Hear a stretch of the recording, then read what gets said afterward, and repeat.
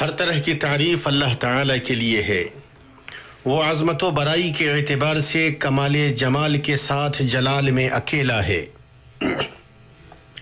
تقدیر و تدبیر کے اعتبار سے تفصیلی و اجمالی طور پر حالات کے الٹ پھیر کرنے میں منفرد ہے۔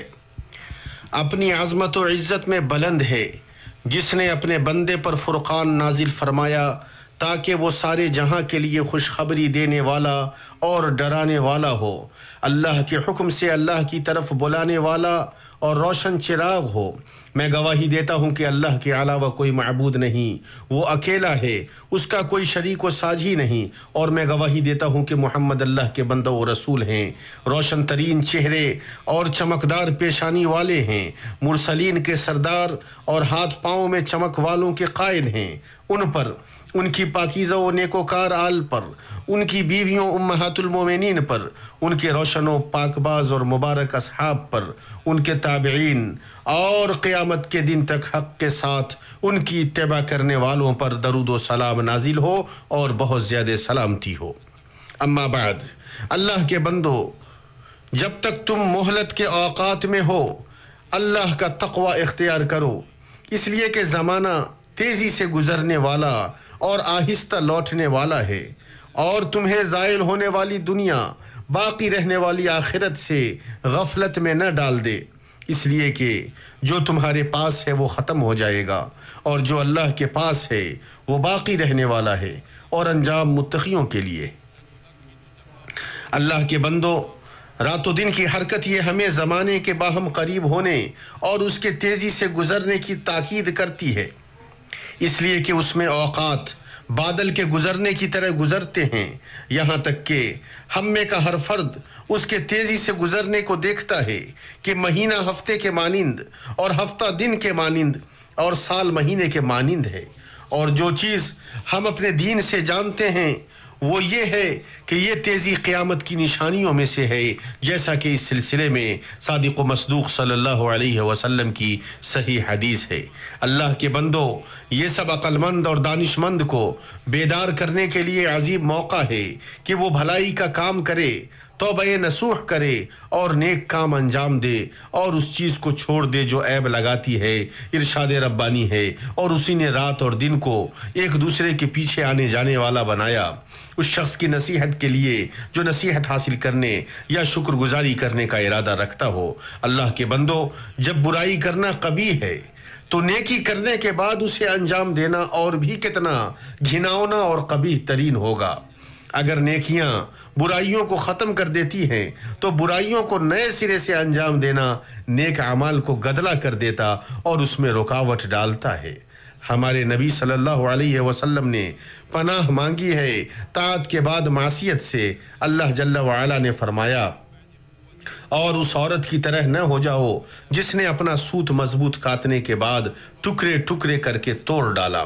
اللہ کے بندو، اسی لیے جو شخص کلی طور پر ذمہ داریاں انجام دینے کے بعد کوتاہی کرے یا گناہوں کو بالکل چھوڑ دینے کے بعد وہ اس پر غالب آ جائے، وہ ان لوگوں میں سے ہے جس نے اپنے لیے طاعت کی کامیابی کو ستیہ ناز کیا، گرچہ اس نے معمولی موسمی عبادتوں کے ذریعے اپنے نفس کو دھوکے میں رکھا، مگر وہ اپنی جگہ سے نہیں ہٹتے۔ یہ اس وقت بھی ہوتا ہے جب اس کے ادا کرتے وقت سرگوشی کی لذت اور عبادت کی حلاوت سے محروم نہ ہو، اس عزم کی وجہ سے کہ وہ طاعت سے قبل جس حالت میں تھا وہیں لوٹ آئے گا۔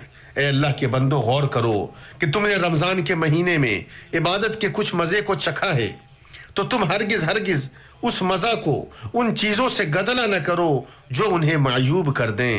آپ عبادت پر دوام کو لازم پکڑو، گرچہ وہ کم ہی کیوں نہ ہو۔ اعتبار مقدار کا نہیں ہے بلکہ کیفیت کا ہے۔ ارشاد ربانی ہے کہ تمہیں آزمائے کہ تم میں سے اچھے کام کون کرتا ہے۔ یہ نہیں کہا کہ عمل کے اعتبار سے زیادہ ہو، اللہ کے حکم سے کم عمل پر مداومت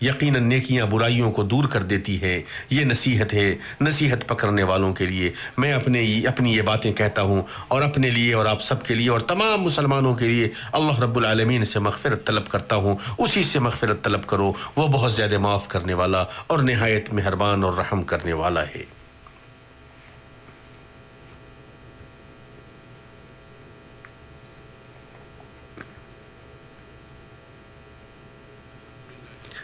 ہر طرح کی تعریف سارے جہاں کے پروردگار کے لیے ہے۔ درود و سلام نازل ہو انبیاء و مرسلین میں معزز ترین پر۔ اما بعد، سب سے بہترین بات اللہ کا کلام اور سب سے بہترین طریقہ محمد صلی اللہ علیہ وسلم کا طریقہ ہے۔ سب سے بری بات دین میں نئی چیزوں کا ایجاد ہے۔ دین میں ہر نئی چیز بدعت ہے اور ہر بدعت گمراہی ہے۔ تم مسلمانوں کی جماعت کو لازم پکڑو، اس لیے کہ اللہ کا ہاتھ جماعت پر ہے۔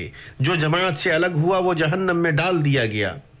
جان لو کہ اللہ کے بندو، اللہ کا تقوی اختیار کرو اور جان لو کہ جو رمضان کی عبادت کرتا تھا تو رمضان چلا گیا اور فوت ہو گیا، اور جو اللہ کی عبادت کرتا تھا تو اللہ زندہ ہے، مرے گا نہیں۔ تو عقل مند وہ ہے جس نے اپنے نفس کا محاسبہ کیا اور اللہ کی عبادت کی اور موت کے بعد کے لیے عمل کیا۔ کوتاہ وہ ہے جس کے نفس نے خواہشات کی پیروی کی اور اللہ سے امیدیں باندھی۔ جان لو کہ انسان اپنی عمر ان چیزوں میں ضائع نہ کرے جو اس کے رب کو راضی نہیں کرتی۔ تمام مہینوں میں خیر کو غنیمت جاننے میں کوتاہی نہ کرے۔ خیر کے حاصل کرنے پر اللہ تعالیٰ سے اعانت مانگے، جیسا کہ نبی کریم صلی اللہ علیہ وسلم اپنی مشہور دعا میں کہا کرتے تھے، زندگی کو میرے لیے ہر طرح کے خیر میں اضافے کا ذریعہ بنا دے۔ وہ خیر کو صرف رمضان کے مہینے میں محدود نہ کرے بلکہ وہ ہر زمانے میں ہے، اسے تلاش کرنا ہر گھڑی مطلوب ہے۔ یہ سب اللہ جل وعلا کے حکم کو ماننا ہے، ارشاد ربانی ہے، اور اپنے رب کی عبادت کرتے رہیں یہاں تک کہ آپ کو موت آ جائے۔ عبادت اور اللہ سے قریب ہونے کی کوئی انتہا نہیں ہے سوائے موت کے۔ اللہ کے بندو، بندگی پر مداومت اور اللہ جل شانہ کی خوشنودی کو تلاش کرنے میں جمے رہنے کا بھرپور خیال رکھیں اور لگے رہیں۔ خیر، نیکی اور حسن سلوک کی راہ پر برابر چلنے اور اس پر صبر کرنے سے کمزور نہ پڑیں اور سستی نہ برتیں۔ ارشاد ربانی ہے، صبر کرنے والوں ہی کو ان کا پورا پورا بے شمار اجر دیا جاتا ہے۔ جب تک انسان دنیا مہلت میں ہے ان چیزوں کے لیے اوقات کو غنیمت جاننے میں کوتاہی نہ کرے جو اللہ کو راضی کریں۔ تمہارے اموال و اولاد اور تمہاری عیدیں تمہیں رب کی اطاعت سے غافل نہ کر دیں، اس لیے کہ موت اچانک آئے گی۔ حساب سخت ہے، ندامت بڑی ہوگی اور وہ ندامت کی گھڑی نہ ہوگی۔ ارشاد ربانی ہے، اے مسلمانوں، تمہاری مال، تمہاری اولاد تمہیں اللہ کے ذکر سے غافل نہ کر دیں، اور جو ایسا کریں وہ بڑے ہی ضیاءکار لوگ ہیں۔ اور جو کچھ ہم نے تمہیں دے رکھا ہے اس میں سے ہماری راہ میں اس سے پہلے خرچ کرو کہ تم میں سے کسی کو موت آ جائے تو کہنے لگے، اے میرے پروردگار، مجھے تو تھوڑی دیر کی مہلت کیوں نہیں دیتا کہ میں صدقہ کروں اور نیک لوگوں میں سے ہو جاؤں۔ اور جب کسی کا مقررہ وقت آ جاتا ہے پھر اسے اللہ تعالیٰ ہرگز مہلت نہیں دیتا، اور جو کچھ تم کرتے ہو اس سے اللہ تعالیٰ بخوبی باخبر ہے۔ اللہ تعالیٰ نے تمہیں اس چیز کا حکم دیا ہے جس کی شروعات خود اپنے نفس سے کی ہے، اور وہ یہ ہے کہ تم درود و سلام بھیجو اپنے نبی کریم خاتم النبیین پر۔ اللہ تعالیٰ نے فرمایا، اے وہ لوگوں جو ایمان لائے ہو، درود و سلام بھیجو اور بہت زیادہ سلامتی بھیجو۔ اے اللہ،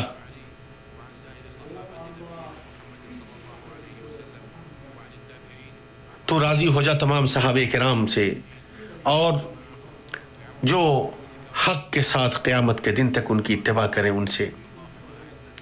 اے اللہ، اسلام اور مسلمانوں کو غلبہ عطا فرما۔ اے اللہ، اسلام اور مسلمانوں کو غلبہ عطا فرما۔ اے اللہ، شرک اور مشرکوں کو ذلیل و خوار فرما۔ اے اللہ، تو قرآن، سنت اور اپنے مومن بندوں کی حفاظت فرما۔ اے اللہ، مسلمانوں میں جو غمزدہ ہیں ان کے غموں کو دور فرما دے، ان کی مصیبتوں کو ختم فرما دے، ان کے مقروضوں کے قرض کو ادا فرما دے، ان کے بیماروں کو شفا یاب فرما دے۔ اے اللہ، تو اپنی رحمت اور شفقت سے ایسا فرما دے۔ اے اللہ، ہمارے ملکوں میں ہمیں امن عطا فرما، اور ہمارے اماموں کو اور سربراہان مملکت کو تو خیر کی توفیق عطا فرما اور ان کے لیے اچھے مشیران کار عطا فرما۔ اے اللہ اقوال و اعمال میں ان چیزوں کی توفیق ہمیں عطا فرما جنہیں تو پسند فرماتا ہے۔ اے جلال و اکرام والے،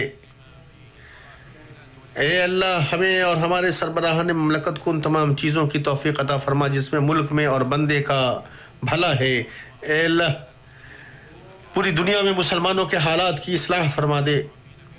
اے اللہ جو دین میں جو کمزور ہیں ان کی مدد فرما۔ اے اللہ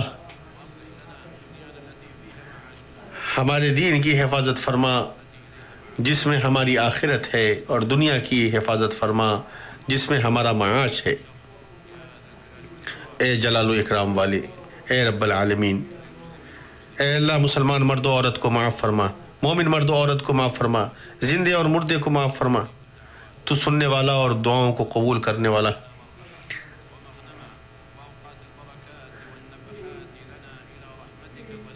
اے اللہ تو اپنے رحمت تک پہنچنے کی توفیق عطا فرما۔ اے اللہ دنیا میں بھی بھلائی عطا فرما، آخرت میں بھی بھلائی عطا فرما، اور جہنم کے عذاب سے محفوظ رکھ، اور سلامتی ہو مرسلین پر۔ اور ہماری آخری دعا یہی ہے کہ ہر طرح کی تعریف اللہ رب العالمین کے لیے۔